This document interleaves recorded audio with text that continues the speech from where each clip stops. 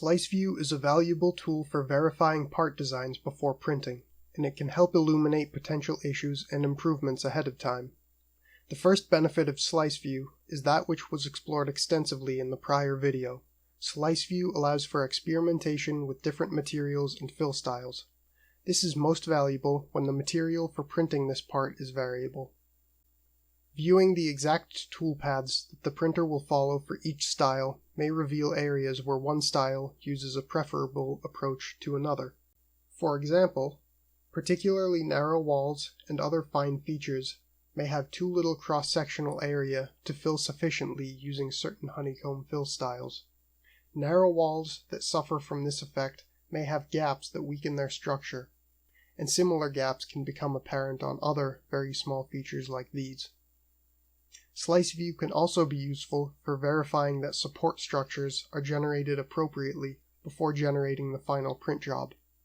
This may be as simple as scrolling to the topmost layer and checking that there are no unsupported shallow overhangs, but on more complex parts, it's best to quickly scroll through the part and ensure that toolpaths are being generated internally as necessary.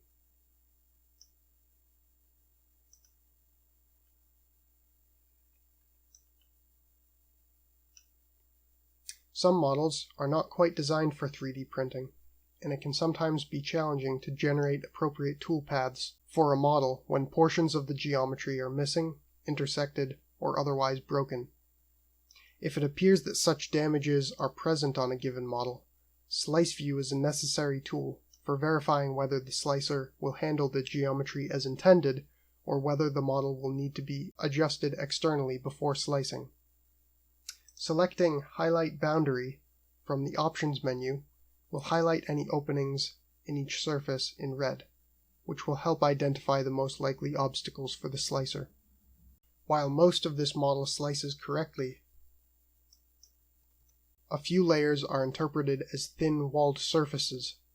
Finally, SliceView can help in planning the positioning and orientation of models for optimizing quality, print time, and various other factors. One notable observation is that when SliceView generates support structures, it also generates rafts under each of the models. It is best to ensure that each model is spaced to have its own separate raft. Using the Place option to position parts will ensure that none share a raft, but if parts were positioned manually, it's best to verify this in SliceView. Another thing to pay attention to is build height. SliceView gives the total number of layers of a build here, and the print time will scale most heavily with build height and support generation, so orienting models such that they minimize this height can help to reduce build times significantly. And lastly, SliceView shows how each layer of the model is separated from the next, and it can reveal how the final part will likely appear once printed in terms of surface resolution and quality. For example, a model like this with a shallow, sloped surface has large distances between the contours of adjacent layers, meaning there will be visible stepping along these contours in the final part. While selecting fine resolution layers over standard will shorten these distances, very often this effect can be reduced just by adjusting the orientation of the model before slicing, and SliceView will be useful for checking the degree of stepping at each angle before preparing the final print.